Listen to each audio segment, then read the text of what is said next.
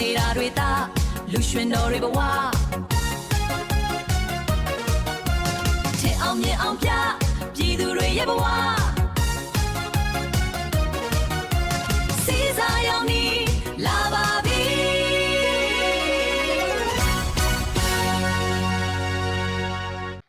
မင်္ဂလာပါပြည်သက်ကြီးစီးစာရောင်အပိုင်း73မှာနောက်ဆုံးဆက်တာ။ဒါငယ်လေးကိုအမြဲအားပေးနေတဲ့ပြည်သက်ကြီးတွေအထူးပဲကျေးဇူးတင်ပါတယ်။ subscriber လေးတွေမနေ့ကပြီးတဲ့ဥဒ္ဒတူရတဲ့ subscriber လေးတွေသိပြီးကြပါ။ဒါငယ်လေးရဲ့အစီအစဉ်မှာတော့ဒီပြာလေးတွေတော်လန်မိဘပြည်သူများဝမ်းသာစရာသတင်းလေးတွေအဲ့ဒီဟာတွေအားလုံးကိုတင်ဆက်သွားမှာဖြစ်ပါတယ်။ဒါငယ်လေးဒီကလည်းမိဘပြည်သူများဝမ်းသာစရာသတင်းလေးတွေတော်လန်မိဘပြည်သူစိတ်ချမ်းသာစရာသတင်းလေးတွေတင်ဆက်ပြီးတော့မှာဖြစ်ပါတယ်။အဲ့ဒါတော့ဟိုအပိုင်းလုံးကတိုင်းငယ်လေးနေတဲ့အကြောင်းကိုပြောခဲ့တာဖြစ်ပါတယ်။ဒီကကျတော့နေတဲ့အကြောင်းကိုတော့ကျွန်တော်ဟိုရေတဲ့အကြောင်းကိုပြောမှာဖြစ်ပါတယ်။ရေပဲတွေရေထဲမှာတက်ဆိုင်နေတဲ့အကြောင်းကိုတိုင်းငယ်လေးပြောပြမှာဖြစ်ပါတယ်။အဲ့တော့ဘာမှလဲဆိုတော့ကျွန်တော်တို့တချင်းပြည်နယ်ရွှေကူမြို့မှာဖြစ်ခဲ့တဲ့အကြောင်းလေးပါ။တချင်းကြီးကိုလာပါဒီတေးရနော်ချင်းကြီးကိုလာပါဒီတေးရနော်အဲ့တိုင်းပါပဲကချင်းပြည်နယ်ရွှေကူမြို့နယ်မှာပေါ့နော်ကမ်းတက်လာတဲ့စစ်ခွေးတဲ့ရဲ့ဆက်လေ KI ကနေပြီးတော့ကျွန်တော်တို့ FPV အစင်းရင်ဒုံးတွေပဲပြစ်ခတ်တိုက်ခတ်ခဲ့တာရေပဲစစ်ခွေးရှောတော့တာတော်တော်များများသိတယ်လို့သိရတဲ့အတွက်ဝမ်းသာလို့ဆိုအောင်အမှန်တမ်းပြောရှင်မှုပါနော်ကျွန်တော်တို့တိုင်းသားညီကိုမောင်မတွေရဲ့လက်ထဲမှာကဲဥမှာအစင်းရင်ဒုံးတွေရောက်ရှိနေဆိုတော့ဒါနည်းလို့မရတော့ဒီ FPV အစင်းရင်ဒုံးဆိုတာနည်းနည်းရတော့မဟုတ်ဘူးဘာဖြစ်လို့လဲဆိုတော့အေးတဲ့ဒီစဉ်းစားကြည့်ဒီဒုံးတွေကိုကျွန်တော်တို့ရုရှားယူကရိန်းစစ်ပွဲမှာရုရှားနိုင်ငံမော်စကိုမြို့အထိကိုကျွန်တော်တို့ဒီဘောနော်တောင်းတဲ့ချီတောင်းတဲ့ဒီဒုံးအမျိုးသားဖြစ်ပါရုရှားရဲ့ဘာလီချောင်းကာဝယ်ရေးကိုမှအဲ့ဒုံးကြီးကမကာဝယ်ခဲ့နိုင်ဘူးပါပြည်သူတွေကိုနှိပ်စက်ဒုက္ခပေးနေတဲ့မဟာလာရဲ့စစ်ကြုံတွေကတော့ခံရပြီဗျာအဲ့တော့ချင်းကြီးကိုကြာပါဒီကေတီနော်ဒီလိုကြည့်တာအဲ့ဒါကြောင့်အလန်ကြီးနေတော့သွားမလုံးနဲ့တကယ်ဆောတာနော်အေးကိုလည်းတော့အေးရောက်လူကြီးတော့ပေါ့ဒီတိုင်းကတော့ထောင်းလိုက်နော်ဒီချင်းကြီးဆိုလည်းတကယ်ဟိုမှာအစင်းမြင့်တော့ FPV ဒုံးဆိုတာတကယ်ဟိုမှာရုရှားယူကရိန်းလိုနိုင်ငံမျိုးကတော့တုံးနေတဲ့ဒုံးတွေနော်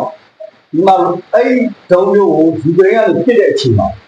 ဒီကာဝယ်ရေးစနစ်တွေကောင်းပါတယ်ဆိုတော့ရုရှားတွေတော့မှာပဲဒါကိုမကာဝယ်နိုင်တဲ့ဒုံးမျိုးဘုတော့သိတော့ဝမ်းသာလို့သူ့ဘာမှမတတ်ဘူးပေါ့နောက်တစ်ခုဘဘကြီးရဲ့အကြောင်းကိုပြောပြပါဘဘကြီးကဒီဟိုနိုင်ငံတကာကိုပတ်ပြီးတော့ဂျူအောင်လုပ်လိုက်နော်ဓမ္မဥကောင်ဓမ္မကြီးပြန်ရောက်တော့လေကဲအခု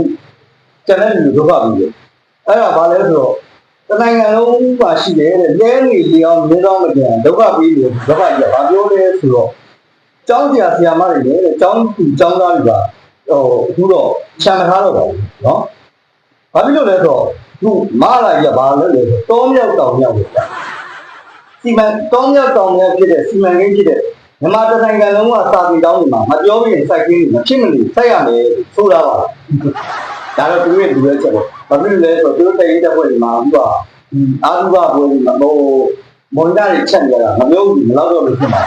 တနိုင်ငံလုံးမှာရှိတဲ့ကျောင်းသူကျောင်းသားတွေတော့ဒီဆရာမတွေရတယ်ပြီးတော့သူတို့ကျောင်းမှာတဲ့မပြောဘဲမဖြစ်မနေစိုက်ရမယ်ဆိုပြီးအမိန့်ထုတ်လိုက်တယ်ကြားပါဟိုတခါတော့လည်းသိရတဲ့နဲ့ကျောင်းမှာအာဟာရယူရမယ်ဆိုပြီးတော့ကောင်းသားလူသားတွေကျုပ်လူသားခိုင်းတာလို့ဝါးနေလူသားခိုင်းတာလို့တကယ်ဉာဏ်ရည်မမီတဲ့တကယ်ကုလူကြီးသားပါလူကလည်းမလောက်ဘူးတော့ထားနော်သူအဲ့ဒီငပြောပြင်စိုက်ခင်းတွေပေါ့နော်ခင်းရရတဲ့အလုပ်တွေဘယ်လိုလဲလုပ်ရလဲဆိုတော့ဆရာမတွေမကဘူးကျောင်းလူကျောင်းသားတွေပါဝင်ရောက်လုပ်ကံရတာလို့ကျွန်တော်တို့သိရှိရတယ်ခင်ဗျာနော်လူပုကတော့ဒုက္ခပေးနိုင်လို့နဲ့အာဟုလူကောင်းကြီးကိုပြောရင်မမောင်းအောင်အဓိကပြောချင်တာတော့မျက်လူစိုက်နေဆရာကြိုက်နေဆိုတဲ့စကားတွေပါပြည်သူတွေဒီလိုရည်ရင်းသိဒုက္ခတွေရောက်နေတဲ့အချိန်မှာဘဘကြီးကဘာလို့လဲဆိုတော့သူ့ကတော့ခွင်ပဲသူ့ကတော့ခွင်ပဲသူ့ကသူငလိမ်မဲလို့ရေရင်းပဲဒီသူ့ကတော့ခွင်ပဲအဲ့ရေရင်းသိပြည်သူတွေကိုရောက်ကြစံတောင်းတဲ့လို့လုံးနေတယ်အဲ့တော့ဘုရားကြီးကလုပ်တယ်ဆိုတော့ခရိုဒီခရိုဝါခရိုပြခရိုနဲ့ဒီကြနေပြီးတော့ရေရင်းကိုသွားလို့ဟိုပါဘောနော်အလူခံပါတယ်ဆိုပြီးတော့တနက်ပြပြီးတော့အလူခံတဲ့အလုပ်ကိုလုပ်ပါ အဲ့ဒီမှာဘယ်တော့ကြာလဲကျွန်တော်ကြက်လို့23ဘီလီယံကျော်ကြာပါဆိုနော်တက်စရနော်ဟောဒီလိုကြလေးရှိရတယ်ဘာကြီးရတယ်တနိုင်ငံကဒီလေးသိနေလူတွေသူ့ဘို့အတူဝေထဲကြပါဆိုပြီးတော့23ဘီလီယံကျော်ကြာပါကျွန်တော်တို့ဇွာသားဖျားကြီးကောင်းဆိုတဲ့အတိုင်းပဲနော်ရေဘေးသိပြည်တွေကြတော့ပြန်ဝင်ငါ့ကိုကျွန်တော်တို့လုပ်တဲ့အချိန်မှာဘာကြီးအဲ့23ဘီလီယံကျော်ရတယ်ဘာကြီးအဲ့ရေဘေးသိတွေဘယ်လိုပြန်လဲဆိုတော့တိန်အောင်လေးနဲ့စံကြီးနဲ့စီးနဲ့20ကျက်သားကြံလူပါလေတဲ့တိန်အောင်ကျွန်တော်တို့ဘာကြီးတို့အစိုးရကနေပြီးတော့ခရိုကြလေးရထားတဲ့23ဘီလီယံကျော်တွေကနေပြီးတော့တိန်အောင်စံကြီးနဲ့စီ20ကျက်သားနည်းတော့ဟိုတော့အားကူလို့မဟုတ်ကျန်တဲ့ပတ်စံကြတော့ဒါသူတို့အကောက်ကြီးပန်းကြီးတွေဝင်လာဒါတို့သိကြပါဒါလေးလောက်ခဲ့တော့လည်းသိရတိုင်းပဲနိုင်ငံတကာမှာလူတဲ့အဲ့ဒီဒေါ်လာတွေအဲ့ဒီကောင်ကြီးရဲ့သားသမီးတွေသူတို့ရဲ့အိတ်ထဲကိုပဲရောက်ရှိသွားတယ်ဆိုတာဒါအားလုံးလည်းသိပါသူတို့သားသမီးရတော့သားတော်ဘောပေါ့နော်သဘောလေးလို့ပြန်ထွက်တဲ့တနေ့ရတော့နော်အချိန်ကျရင်မင်းတို့မိသားစုမင်းတို့ညီတွေမြစ်တွေအဲ့ချိန်ကျရင်ကိုယ်လည်းကြတော့မနေကြမ်းပေါ့နော်အဲ့လည်းကြတော့မနေကြမ်းပေါ့ဒါလေးလည်းသိအောင်ပြောပြနောက်တော့အေးကကြီးဝမ်းသာပြလေးပြောရတယ်အဲ့တော့ဘာလဲဆိုတော့ကျွန်တော် KNU ဘိတ်တွေခရိုင်ကျွန်းမှာလေတက်ဆွဲရတဲ့စစ်ခွေးတွေအရင်မျိုးသားကာဝယ်ရေးတက်ကနေဝင်ရောက်တိုက်ခိုက်ခဲ့ရစစ်ခွေးရဲ့တေကြောင့်ဒီတော့ကျွန်တော်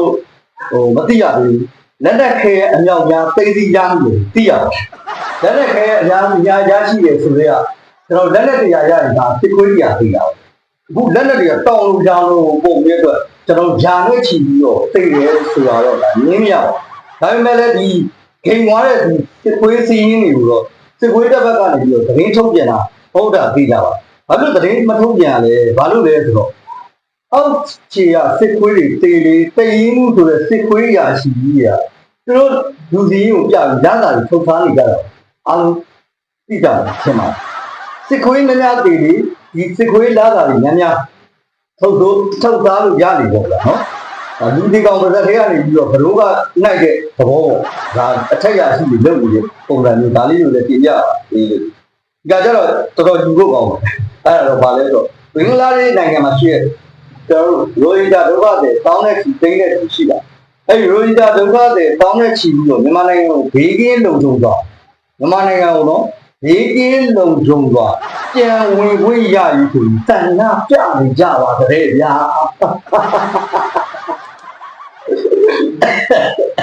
တော့ရရနော်